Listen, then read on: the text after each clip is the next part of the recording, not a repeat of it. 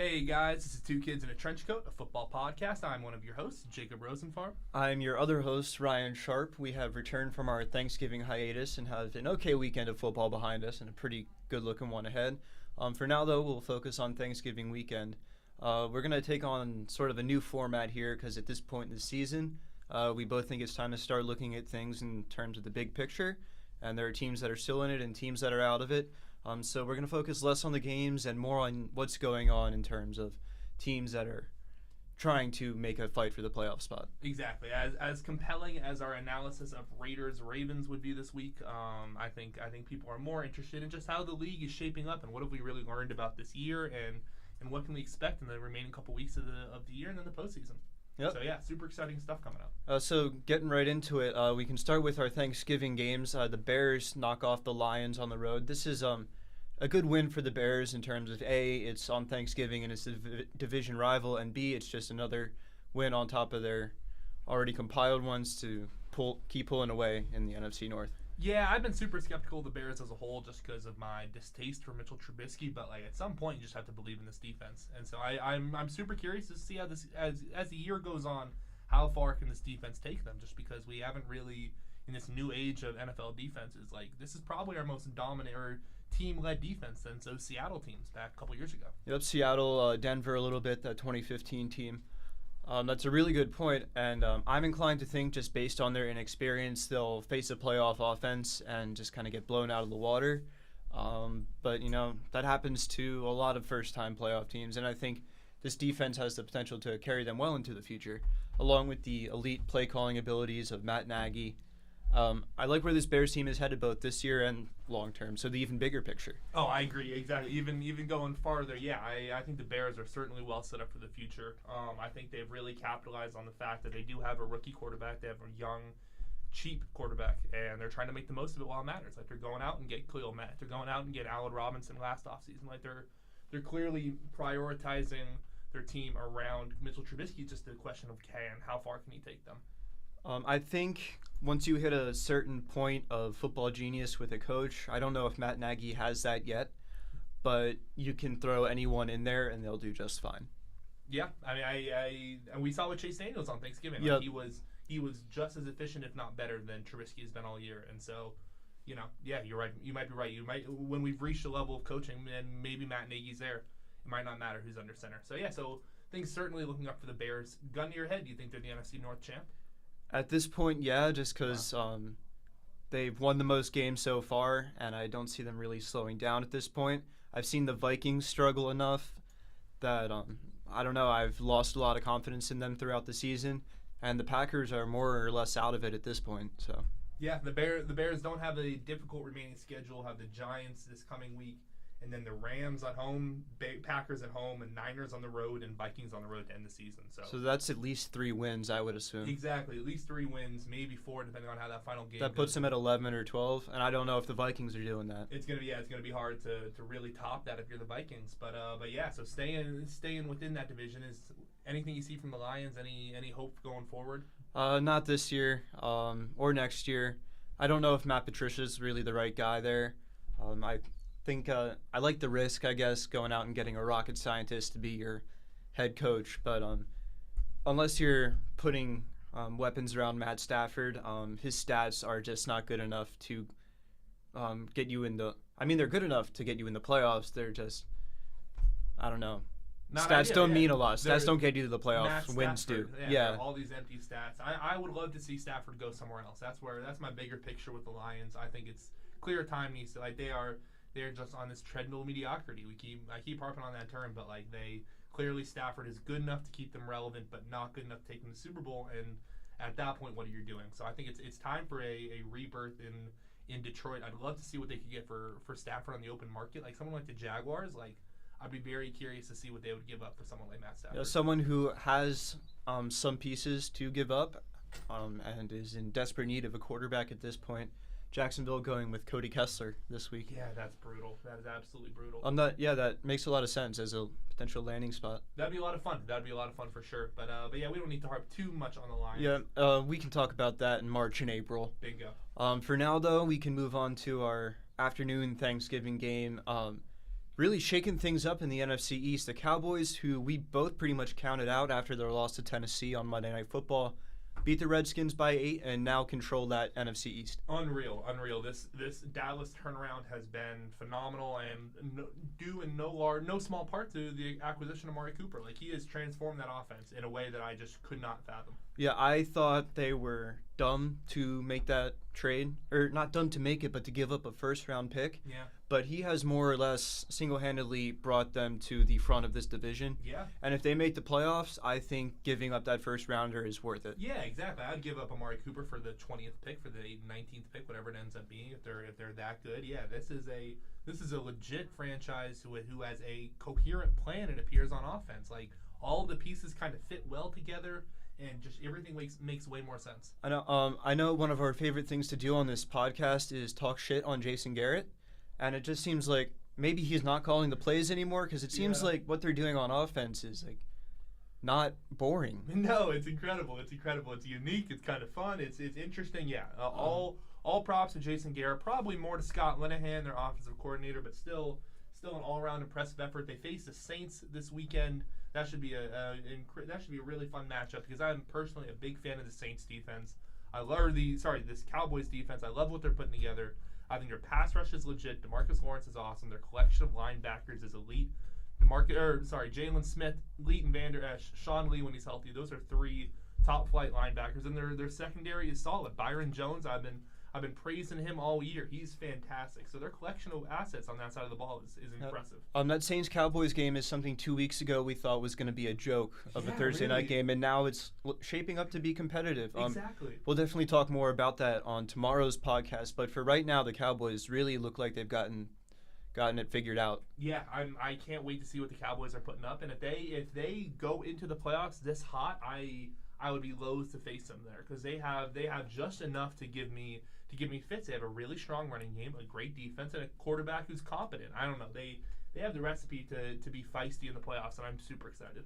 As for the Redskins, this is the team we had both dubbed our midseason division champions, and now they're starting to fall apart. Of course, they did lose Alex Smith for the season and probably forever, which sucks for Alex Smith. Yeah, it really does. But for now, though, it looks like they're more or less falling out of contention every week. Yeah, it's not looking great for the Redskins.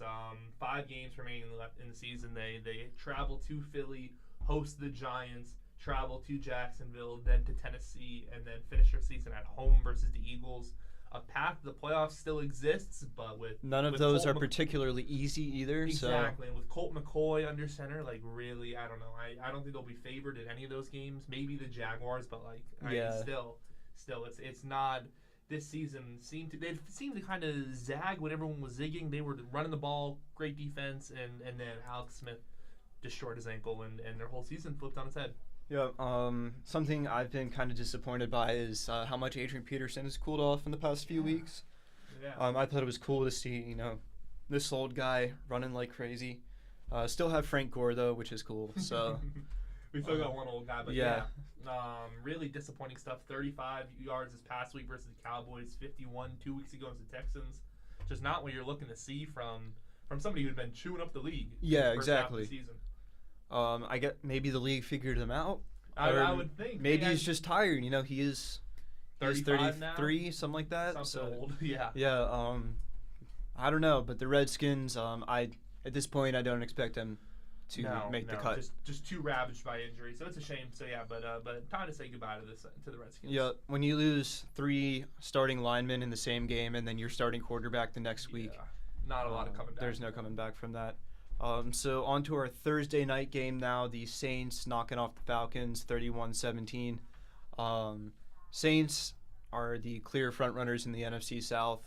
Falcons were kind of clawing. They appeared on that In the Hunt graphic, depending on which source you used. And now at this point, I think it's safe to say they're pretty out of it. Yeah, I'd have to think. It's a shame. I think there's so much talent on that team, but they've just been, like, similar to the Redskins, just ravaged by injuries, and they don't have the play calling or the personnel to really make up for it. Yeah.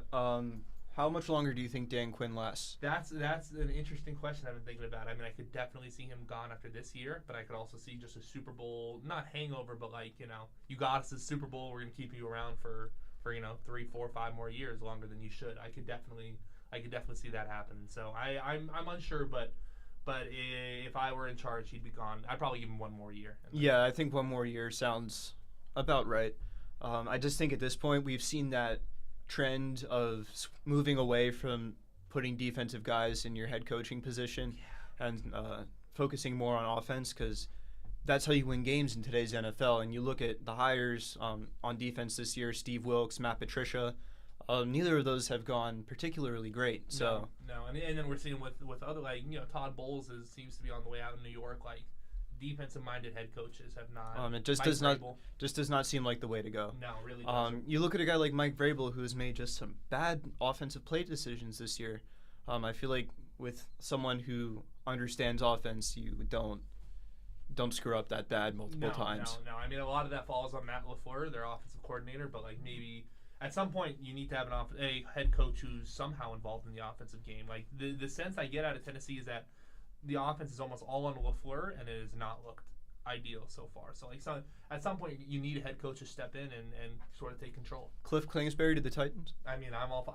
We need Cliff in the NFL. This, he was spotted on USC's campus a couple days ago, and I'm against that. I need him in the NFL. Yeah, they're committed to Clay Helton though. So as an offensive coordinator, how crazy would that be, right? That's dumb. There has to be an NFL team willing to give him an OC. Like, why would you take an OC job in college when you could be an OC in the NFL? I don't know.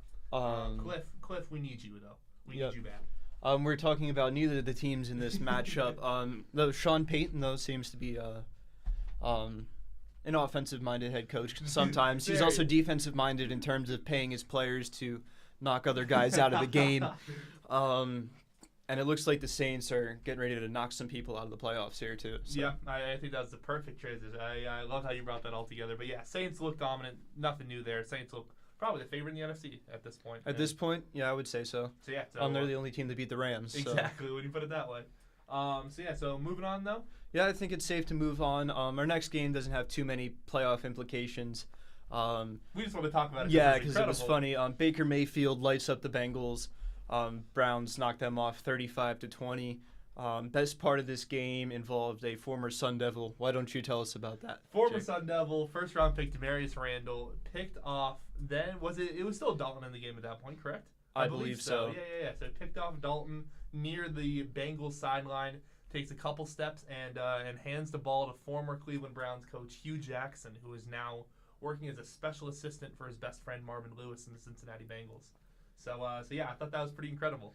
Yeah, I know some people were getting on Demarius Randall, and then Baker stepped up and said, "Yeah, he sucked," and then he left. Yeah, screw you. Yeah, he was the worst thing to happen to that franchise, and then he went to their division rivals after they fired him. I think that warrants, some smack talk, if you will. Oh my gosh, yeah. If you that's, I don't think it was a low class move to go, but it was funny. You have to understand to go from, if you're Hugh from I don't think it's a great move, but you're going to understand if people are going to be mad at you about it. You have to understand that comes with the territory. You win 3 games in 3 seasons, and people are going to hate you. And so I loved all the beef. I loved all the animosity. That was fantastic. I love Baker sticking up for his team. He has that fiery attitude that I freaking love. It's awesome. Yeah, Baker as a leader this year has definitely shown as something I did not expect. I just thought, given the fact just that he's a rookie, he probably would have taken a back seat on that team, but no, he has really stepped up and turned into the guy that people look to for that drive and motivation. So shout out to you, Baker Mayfield, for helping knock off the team that now employs your former terrible head coach. Yeah, very impressive, very impressive. We can stay on that game a little more, or we can move on to the games. I don't know. I think that game doesn't matter enough, okay, cool. So we can move on from it. But it was still fun to talk about. I enjoyed it. Tampa knocked off the Niners. Anything you want to say about that game? Not particularly. Maybe Nick Mullins isn't quite the prodigy we anticipated based off that Monday night performance. He might not be the next Brett Favre. Yeah, and that's disappointing. Just a hunch. But yeah, still, I guess fine game for the Bucs. Yep. Our next game. Bills won in Jacksonville 24-21. That was an interesting game for a variety of different reasons. Yep, a fan punched Leonard Fournette.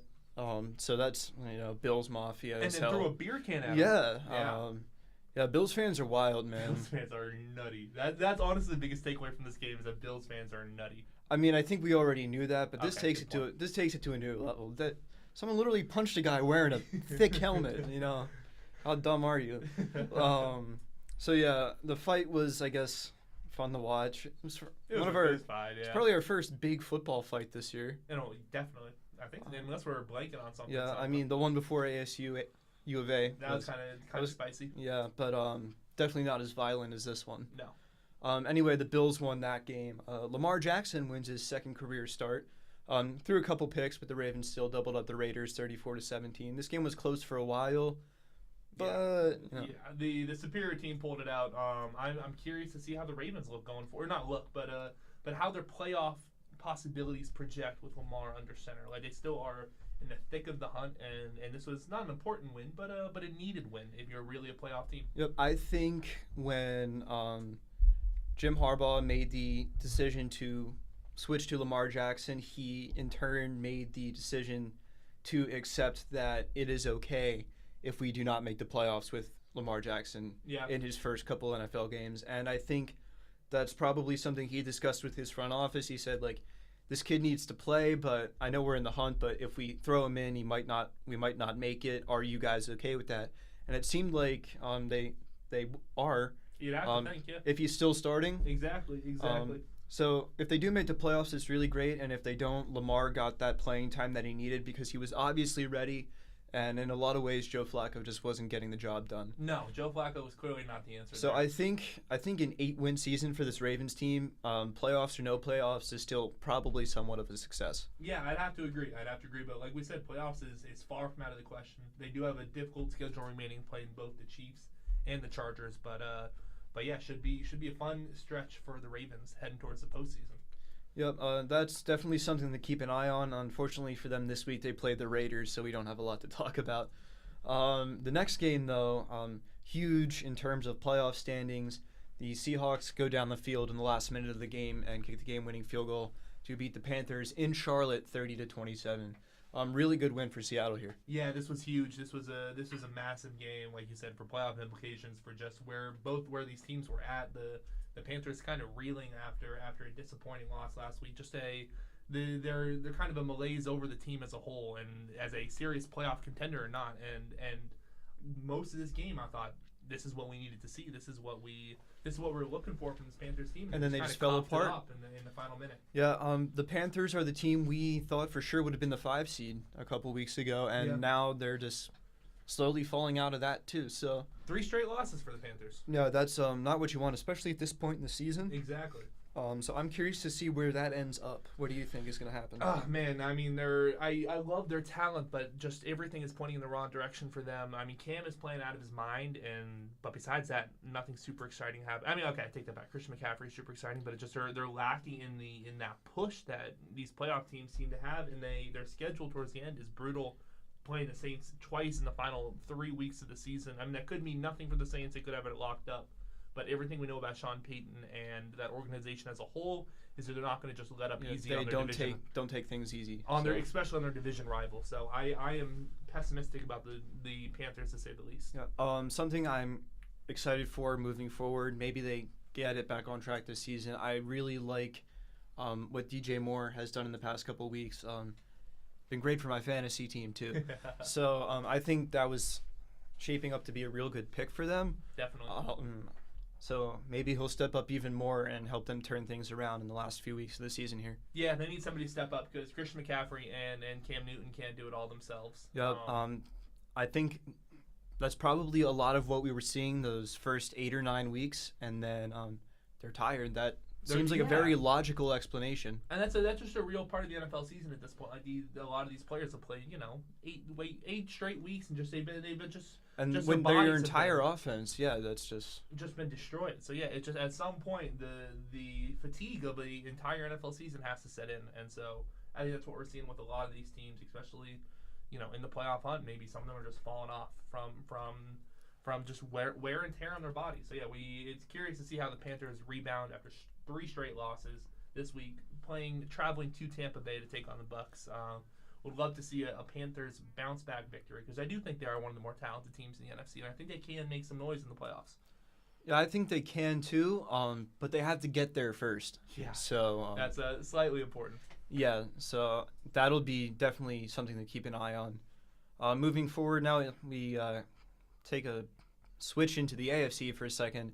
Patriots travel to New York, knock off the Jets 27-13. It did take them about a half worth of football to really pull away in this game. I don't think that matters too much. Just the Jets looked slow the entire game, and I think the Patriots did what they had to do to just keep up with them so they could score 2 quick touchdowns in the third quarter and then take it easy again the rest of the game. Yeah, I'm not so sure the Jets want to win any more football games. I mean, Josh McCown's still out there. I think they're resting Darnold and trying to get as good a pick as possible because this season is clearly over for them. Yeah, there's rumor, might be true, that Darnold will be healthy enough to play this week. Whether he actually does or not is a different question. I think if they're smart, they probably just let him recover the rest of the season. It pretty much guarantees that he heals completely. He's not going back out there putting himself at risk for worse injury. And they're not really playing for anything at this point. So yeah, I'm not sure what you have to prove by throwing Darnold out again there. Yeah, at this point, all they should do is show up. Honestly, exactly. Yeah, show up, lose the rest of these games, and get as high draft pick as possible because they're building something. Something is there in New York. I love what they have on defense. They just need a couple more weapons for Darnold and some help along that offensive line, and they got something there. Yeah, something I'm sure we'll talk about once the Super Bowl ends is Jets considered a front runner for Le'Veon at this point. Yeah. So that's something we'll touch on in 2019 for sure. For now, though, staying in New York, the Giants, who Odell Beckham said we're gonna run the table, finish 8-8, and squeeze into the playoffs, lost to the Eagles. The Giants have not beat the Eagles while Odell has been on the team. Really? I haven't seen that. Really? Yeah. Wow. So what? 0-6, 0-8. Something like that, yeah. It's at least 0-6. Yeah, that's brutal. That's crazy. I had no idea. Yeah, that is insane. Yeah, but speaks to the Philadelphia level of dominance. I mean, they never really looked impressive in this game. Though. Yep. This is not a game your defending Super Bowl champ should win by 3. No, this is a game your defending Super Bowl champ should win by like 30. Exactly. Yeah, this is a sad sack of a Giants team. This defense is lethargic and just overall not good. And the fact that the Eagles' offense, especially Wentz, wasn't able to exploit that is concerning, to say the least. Yep. On the other side of the ball, too, this is the second straight time they've been torn apart by Saquon Barkley. He broke another 50-plus yard touchdown run in this game. So the Eagles get the win, and that definitely helps them in terms of the standings. They're 5-6 now, right? Mm-hmm. So I don't know if they'll really squeak in. With the Panthers losing, it seems more and more like this competition is going to be a little closer than we thought. But I'm still not sure they have what it takes the rest of the season, especially after seeing the way Carson Wentz played. It looks like he's just holding on to the ball way too long and is also not 100% confident in running it like he used to be. Exactly. And I don't blame him for that, especially, when you come back from what's considered for a normal person a 2-year injury. When you come back from that in 9 months and then play in the NFL, I can see how you'd want to avoid hurting it again at all costs. So definitely, yeah. He looks way less mobile. His receivers aren't getting the separation I guess he needs. It's confusing to a certain extent in that this feels like the same exact offense from last year, but it just significantly less effective and something is seriously wrong in Philly. My bigger question about the Eagles is, are we positive Doug Peterson's a good coach? Like, where I think we may have been just a tad bit too quick to anoint him the next great NFL mind, because nothing I've seen from the Eagles this year signals to me that this is somebody who has a full grasp of their team. Yeah, I mean, we were all thinking like, oh, who the hell calls a trick play on 4th down in the Super Bowl? And we're like, wow, he's a genius for that. Yeah. And now it's just like, he's there. I don't know. It seems like if they're going to limit Carson Wentz, or if Carson Wentz is going to limit himself like they have been, or he has been this season, then they might want to look to picking a quarterback that's more X's and O's driven. That could be. That makes a lot of sense, yeah. I hope not, because Carson Wentz makes so much sense. Not quarterback coach, I'm sorry. Yeah. I see what you're saying. Oh, yes, I could see that. I would not be shocked by a change at least offensive coordinator there. Maybe Yep. get some new, fresh blood in their playbook just because, Yep. they need it, clearly. While we're talking about the Eagles' offense, I think this acts as a pretty good segue into the next game we plan on talking about. We're going to skip over Chargers and Cardinals. That's next on our list here. Chargers won that one 45-10. Anyway, former Eagles OC Frank Reich, coach of the formerly 1-5, now 6-5 Indianapolis Colts. They knock off the Dolphins 27-24. They were down by 10 with 6 minutes left. Orchestrate the comeback. It was very painful to watch for me, but I don't know. It's cool to see Andrew Luck doing well. I do like him. I'm happy he's healthy. So if there's anything I can take away from that painful Dolphins loss, that's Frank Reich is really, I think, proving himself as a good offensive coach, and Andrew Luck has reestablished himself as a top 5, top 8 quarterback in the league, I think. No doubt. Yeah, Andrew Luck, in case anybody forgot, is really, really good at football, and they finally surrounded him with some legit offensive weapons. I mean, I love what they're doing at the running back position. I think Marlon Mack is legit. Naheem Hines just destroyed T.J. McDonald's ankles. That was pretty fun to watch, and Jordan Wilkins is something there as well. So they have a trio of running backs who are legit, and then their stable of tight ends between Jack Doyle, Eric Ebron, and Mo Alley Cox. No more Jack Doyle. No more Jack Doyle, and Mo Alley Cox was out last week, but still, that's still something. Even the rest of this year and going forward, clearly they found something with these big tight ends and their speedster T.Y. Hilton, and they have enough. Yep. I think at this point it's less likely, just given the success of their receivers in the past few weeks. I always thought that would have been a cool place for our fellow ASU student and future NFL star who declared for the draft this week, N'Keal Harry. That's where I had him going in these past few weeks. That might change, though. Anyway, do you think the Colts make the playoffs? I think, gun in my head, they're the 6th seed right now. Yep. I think the rest of the AFC is just falling apart enough that the Colts can win 3 or 4 more games. With everything they've shown us in the past 5 weeks, I have no reason to believe that's not going to happen. Sure. If they win out, that's 10 in a row. But that'd be wild. That would be wild. But also, they've played well enough that I'm not putting it completely out of the picture. No, really, that's the thing. They're talented enough, and in every game they play the rest of the year, they'll probably be favored. They're traveling to Jacksonville next week, and then traveling to Houston the week after that, then hosting the Cowboys and Giants before ending the season in Tennessee. Those are 5 incredibly winnable games, and like I said, probably should be favored in all of them. So they are a scary 6th seed. Yep, I think 3-2 and 8-8 might get them in this case, just because. Ooh. They beat the Dolphins. I think the Bengals are falling apart. Their biggest threat at this point is probably the Ravens. Ravens, don't sleep on the Broncos. I think the Broncos are a very legit AFC playoff contender. But who knows? The AFC playoff picture is muddled to say the least. Yep, there's just so many 6-5 and 5-6 teams. It's just that can all change so frequently. There's probably going to be a bunch of tiebreakers. I would probably have to guess. I have to think, yeah. But the idea of the Colts heading into Pittsburgh in that 3-6 matchup on Wild Card Weekend is tantalizing. That would be so much fun. That sounds just like a bundle of joy. We also thought the Dolphins heading into Pittsburgh on that 3-6 game Wild Card Weekend would have been tantalizing, and that's just not what happened. In terms of the Dolphins this year, though, I don't think we'll see them in Pittsburgh for the wild card round. 5-6 at this point, decimated by injuries. I don't know. At this point, it just doesn't seem like they have enough talent to really carry them into the playoffs like they might have had earlier in this season. Yeah. And unfortunately, I have accepted it, and I've moved into the maybe next year phase of the season. They are wearing their throwback uniforms this weekend, though, against the Bills, so that'll be cool. That's a nice silver lining. But, yeah, real disappointing game for Miami last week. A double-digit fourth-quarter lead, which is second time this season. Yeah, very encouraging game from Kenyon Drake, if that's one thing to take away from it. 26 fantasy points. I think if you know how to make that measurement. Not bad. Leonte Carew had somewhat of a breakout day.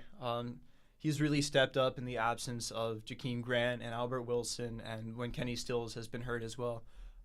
Practice squad guy who came up and has made somewhat of an impact. They've lost both the games since he's been on the roster, But I've liked what I've seen out of him, so it's cool to see someone considered a nobody step up in a way. Yeah, definitely some like we said, silver linings in Miami, but overall disappointing way to kind of end your season for all intents and purposes. Yep.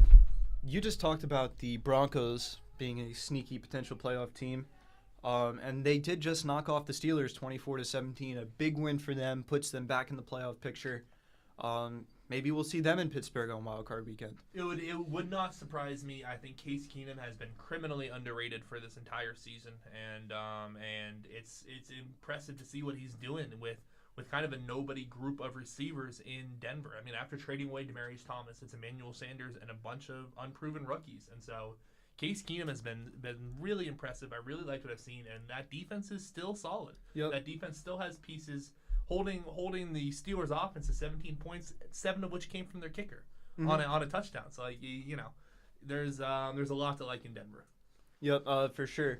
Something I have noticed this year is we had kind of, at least I had thought, Case Keenum was not the answer there. I thought it was a good attempt at filling that void at quarterback, but he has figured something out and has made Vance Joseph look okay these past few weeks here. Yeah, really. As they get into the real heart of this playoff push, and they're giving themselves a real shot at it, especially with a big win like this one. Yeah, definitely impressive. Definitely goes a long way in trying to secure that 6th seed. So, and just speaking on the Steelers, absolutely brutal pick by Big Ben to end the game.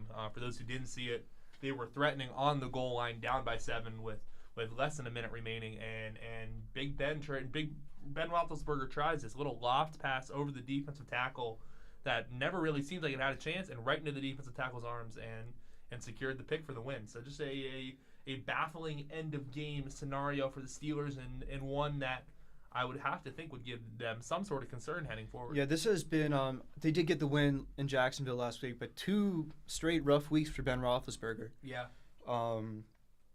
He was cold and then he was hot, and we're like, oh man, he just won't stop, and now he's now it's bad again, and just like, he is impossible to gauge, I'll tell you what. I'll tell you what. But no, he really has. Inconsistency from him, I think, might single-handedly tank this Steelers season because you just don't know who you're getting. Yeah, I think at this point they probably at least lock up that AFC North. Yeah. I don't know if the Ravens can really catch up with them. No. You never know, though. So I think they make the playoffs, but I don't know if they win a game. Yeah, that 3-6 seed, no matter who it is, will be super exciting no matter what. And I think we're going to learn a lot about this team next week. Yeah, they're probably the 4, though, at this point, because the Texans have been so good. The Texans have been great, so yeah, they easily could be the 4. I think we'll learn a lot this week, though. They host the Chargers on Sunday night. That's going to be a fantastic game, and I think we'll learn a lot about both teams in that game. Yep, for sure. Touching back on the Chargers, I know we skipped over their game because they played the Cardinals. They had that weird loss to the Broncos, a good rebound this week. I like what I'm seeing from them in terms of, moving forward. Yeah, giving up 10 points to start the game to the Cardinals and then 45 unanswered with an otherworldly performance from Phil Rivers. So lots to like. My concern for them is they do a reverse Chargers where they're very good at they're typically bad in the beginning and then get hot and then barely miss the playoffs. And I don't know. I'm worried that the inverse happens this year, where they're super hot and then they fall apart. But there was concern about that after the Broncos game, but they come out and beat the Cardinals by 35. I don't care who you play, and I think you have to be good to win a game by 5 scores like that. So I'm no longer worried about the Chargers moving forward. Yeah, just to play devil's advocate, they haven't really been playing a whole lot of difficult stretch of games. I mean, they played the Raiders, Broncos, and Cardinals for past 3, so not exactly great competition. So like I just said, we are going to learn a lot from this Sunday night matchup. If the Chargers are able to go into Pittsburgh and deliver a whooping, that would be something. I think even if they don't win this game, a game they keep close or are competitive in is just a super promising sign. Of course. So yeah, you as a Chargers fan, I would love a win, and you'd have to think they're pushing for a win. But anything where they're not getting blown out, I think would keep Chargers fans' confidence relatively high. Yep, I would agree with that. I just wanted to bring them up because they are in the hunt, and we kind of neglected to talk about them a whole lot. Yeah. So I'm happy we did touch on them.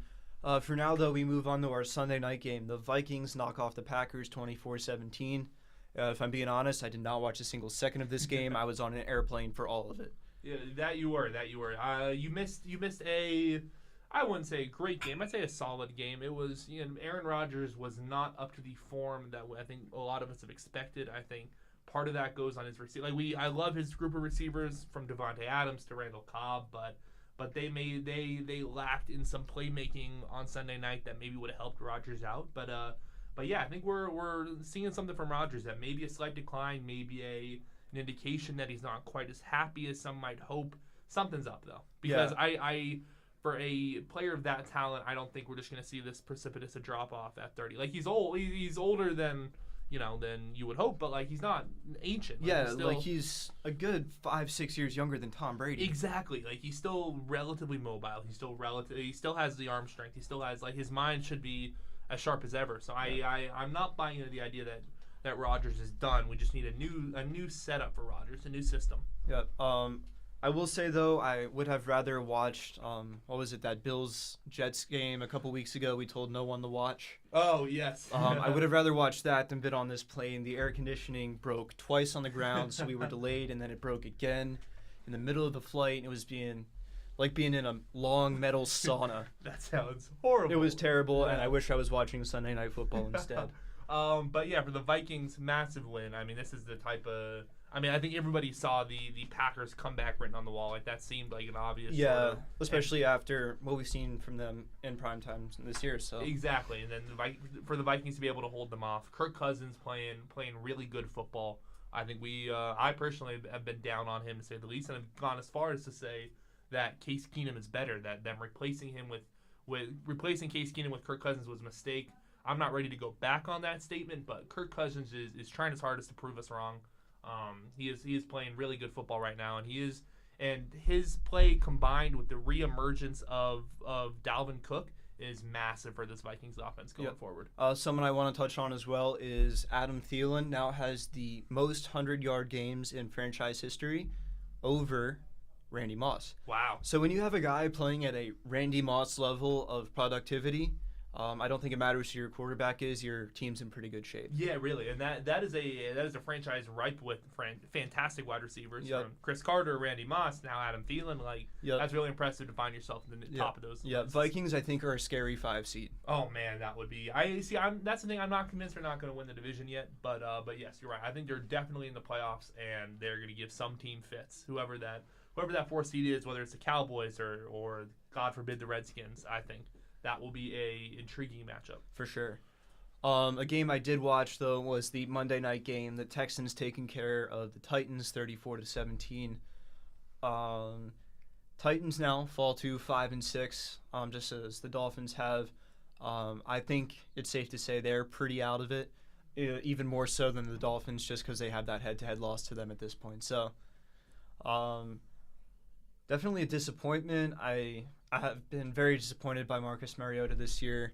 I really finally wanted to see him do something, really cool, play at the Deshaun Watson level. He hasn't, and Deshaun Watson has, as the Texans win their 8th game in a row, sit comfortably ahead in the AFC South, and it's looking like they can make a push for that 3 seed too. So. Oh, no doubt. They are a formidable force going forward in the playoffs. This is a legit Texans team who I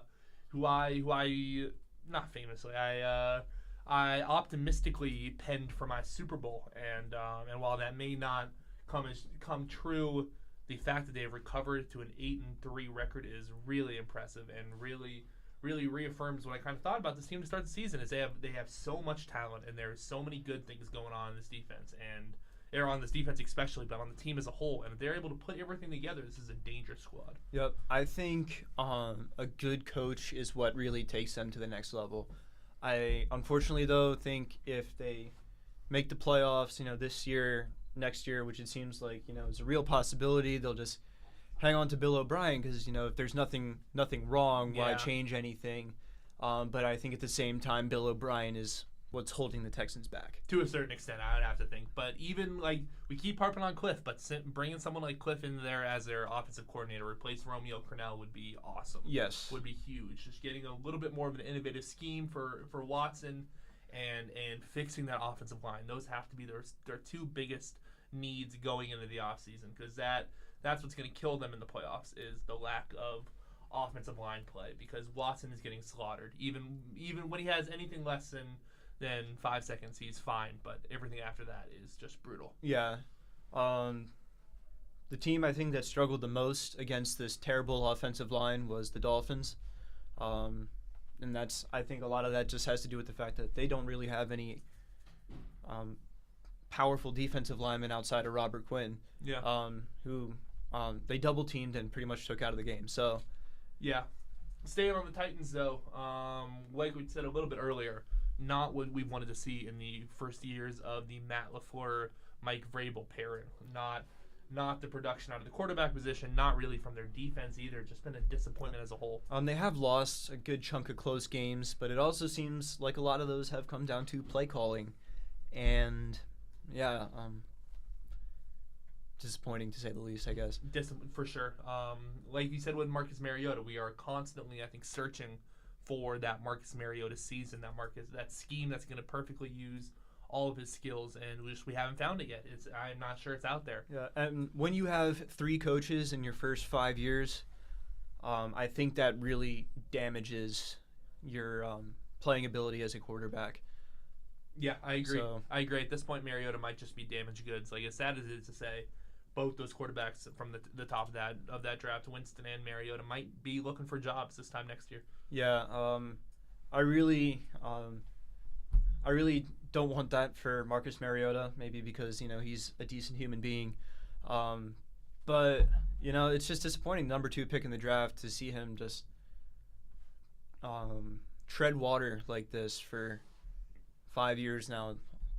Sucks. Yeah, disappointing for sure. But yeah, we hope to see a new, reinvigorated Titans team going forward.